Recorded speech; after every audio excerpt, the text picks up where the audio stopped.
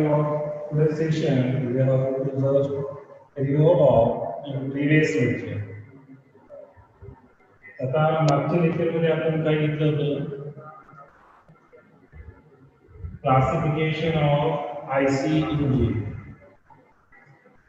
IC engine मध्ये काय classification होतं according to the type of fuel. Type of fuel मध्ये petrol engine and diesel engine. Second, according to the fuel supply. Fuel कसा supply केला आहे? Carburetor and fuel injector. According to the thermodynamic cycle. First is Otto cycle. Second, diesel cycle. Third, fuel cycle. Next, according to the type of cylinder, the arrangement of cylinder. त्यामध्ये horizontal cylinder, vertical cylinder, inline cylinder, radial cylinder, etc. And then according to the number of cylinder. Number of cylinder मध्ये कोणते घेतले? First single cylinder, second is multi-cylinder. So topic start. Working of 4 stroke. इथे किती stroke होणार आहे? 4 stroke. Spark ignition. Spark ignition means petrol engine.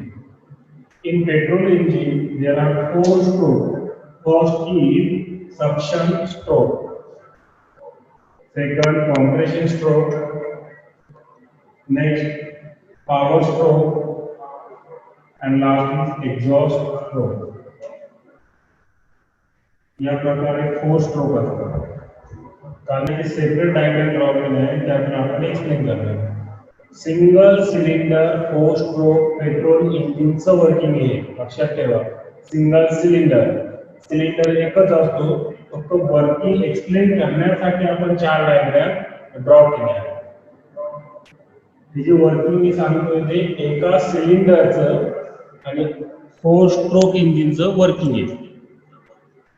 आता first suction stroke मध्ये काय इथं आय बी बोल येथे पण आहे आणि इथं पण इनलेट वॉल ओपन आणि सेकंड दिले E B C exhaust valve close. Diagram मध्ये करणार आहे. फक्त वर्किंग काय होते तेवढं लक्षात ठेवा. आता यामध्ये आपण जे करतो एक्सप्लेन ते पेट्रोल इंजिन आहे. ह्या पेट्रोल इंजिन मध्ये मी काल सांगितलं तुम्हाला की कार्बोरेटर आपण यूज करतो आणि डिझेल इंजिन मध्ये काय यूज करतो? Fuel injector for supply the fuel and spark plug. Now in suction stroke the piston is at top dead center. Initially piston कुठे असतो? टॉप डेड सेंटर मध्ये. तो टॉपला असतो. मग तिथून तो काय होतो? डाऊनवर्ड डायरेक्शनला मूव्ह होतो. डाऊनवर्ड डायरेक्शनला मूव्ह होत असताना तिथं व्हॅक्यूम क्रिएट होईल. आतमध्ये काय होतं? व्हॅक्यूम क्रिएट होईल. बिलो ऍटमॉस्फेरिक प्रेशर क्रिएट होतो. बिलो ऍटमॉस्फेरिक प्रेशर मुळे तिथं काय होणार? व्हॅक्यूम मुळे the charge means air fuel mixture. Charge, that is air fuel mixture. आता ही एअर फ्युएल मिक्सचर कोण करतं? कार्बोरेटर याच्या आधी काय केलेलं असतं? कार्बोरेटर. हा कार्बोरेटर काय करतो? एअर आणि फ्युएल याचं मिक्सचर त्या इनलेट वॉल थ्रू चेंबर मध्ये इन करतो. तो जो चार्ज आहे तो चार्ज इथं आल्यानंतर हा जो पिस्टन आहे तो कोणत्या डायरेक्शनला मूव्ह होणार? Downward direction. पिस्टन डाऊनवर्ड डायरेक्शनला मूव्ह होतो. In suction stroke the piston move from top dead centre to bottom dead centre. At that time the vacuum pressure is created and the charge is admitted inside the engine cylinder. Engine cylinder मध्ये जो charge म्हणजे काय? Air आणि फ्युएलचं mixture. Air आणि फ्युएलचं mixture आल्यानंतर त्याची जी position आहे distance ती पुढे असणार आहे डाऊन डायरेक्शन जाणार आहे. हा झाला फर्स्ट. सेकंड मध्ये त्या डाऊन डायरेक्शन चार्ज आलेला आहे. चार्ज म्हणजे एअर आणि फ्युएलचं मिक्सचर आहे. म्हणजे तो क्लॉकवाईज डायरेक्शननी 180 अँगल रोटेट होतो. नंतर जे चार्ज आल्यानंतर एअर फ्युएल मिक्सचर आल्यानंतर हा जो सेकंड स्ट्रोक आहे कॉम्प्रेशन त्यावेळेस पिस्टन बॉटम डेड सेंटरला असतो आणि तो अपवर्ड डायरेक्शनला होतो टॉप डेड सेंटर. आता सक्शन स्ट्रोक मध्ये starting of suction stroke inlet valve is open. Inlet valve open असेल तर त्यामध्ये चार्ज येणार. चार्ज म्हणजे air and fuel mixture. At the end of suction stroke, inlet wall is closed. Suction stroke complete झाल्यानंतर inlet wall close होतो. Exhaust wall remains closed. तो आधीपासूनच close असतो. मग compression stroke मध्ये हा piston downward direction आहे.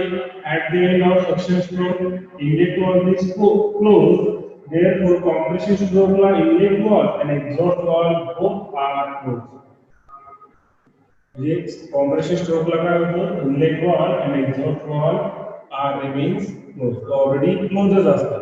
म्हणजे त्यामध्ये फक्त काय air fuel mixture or charge. मग त्यावेळेस piston move in compression stroke from bottom dead centre to top dead centre. Piston पुढे मूव्ह होतोय बॉटम पासून अपवर्ड डायरेक्शन आणि टॉप डेड सेंटर. मग त्यावेळेस काय होणार आहे हा जो चार्ज आहे तो चार्ज काय होणार आहे एरिया कमी असेल तर तो काय होईल कॉम्प्रेस होईल. मग तो कॉम्प्रेस झालेला चार्ज इथे कॉम्प्रेस होईल त्यावेळेस काय होणार आहे at the end of compression stroke पिस्टनला असणार आहे एंड पॉइंट आणि at the end of compression stroke spark is produced. Spark is produced. At the end of compression stroke, spark is produced.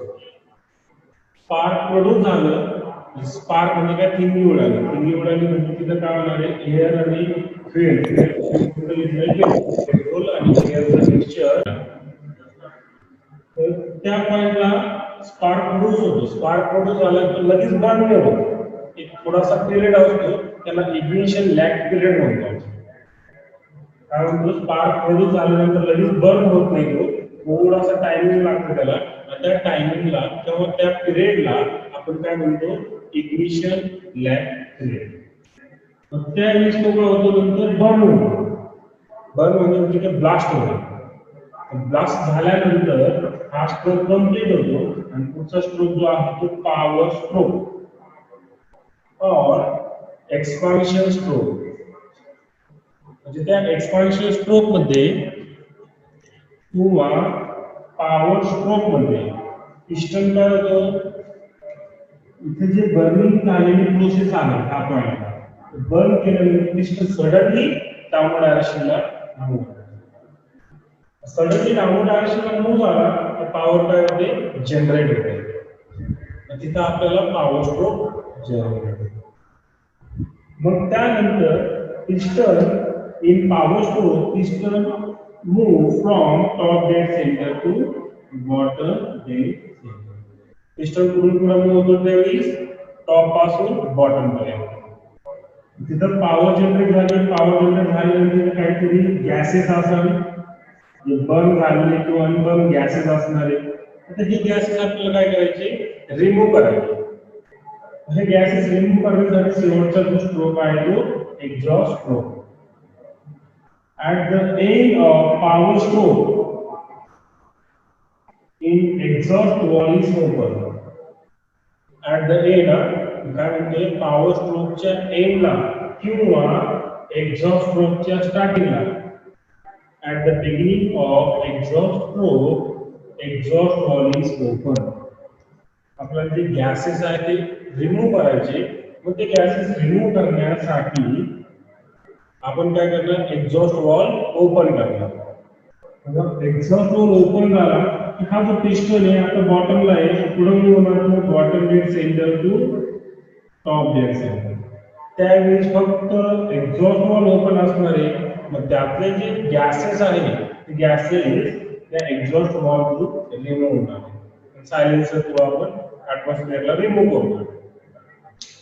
Okay, हे झालं तुमचं working of four stroke spark ignition SI, that is petrol engine. यामध्ये सगळ्यात महत्वाचं, petrol जे आपण supply करतो engine cylinder मध्ये, त्यासाठी कार्बोरेटर यूज होतो. सक्शन स्ट्रोक मध्ये एअर आणि फ्युएल, एअर आणि पेट्रोल या दोन्हीचं मिक्सचर सक्शन स्ट्रोक मध्ये येतं. त्यानंतर ते आपण कॉम्प्रेस करतो. सक्शन स्ट्रोक मध्ये पिस्टन टॉप पासून बॉटमला जातो, कॉम्प्रेशन स्ट्रोक मध्ये बॉटम पासून टॉपला जातो, त्यावेळेस तो काय होतो, कॉम्प्रेस होतो, आणि at the end of compression stroke spark produce होतो. मग बर्निंग झाल्यानंतर, ब्लास्ट झाल्यानंतर हा पिस्टन डाउन डायरेक्शनला मूव्ह होतो, इथं पॉवर जनरेट होते, आणि at the end the remaining exhaust gases is removed by opening the exhaust valve. Okay, हे झालं तुमचं SI engine, spark ignition engine. Petrol. Thank you for watching this video. Next lecture I will explain diesel engine.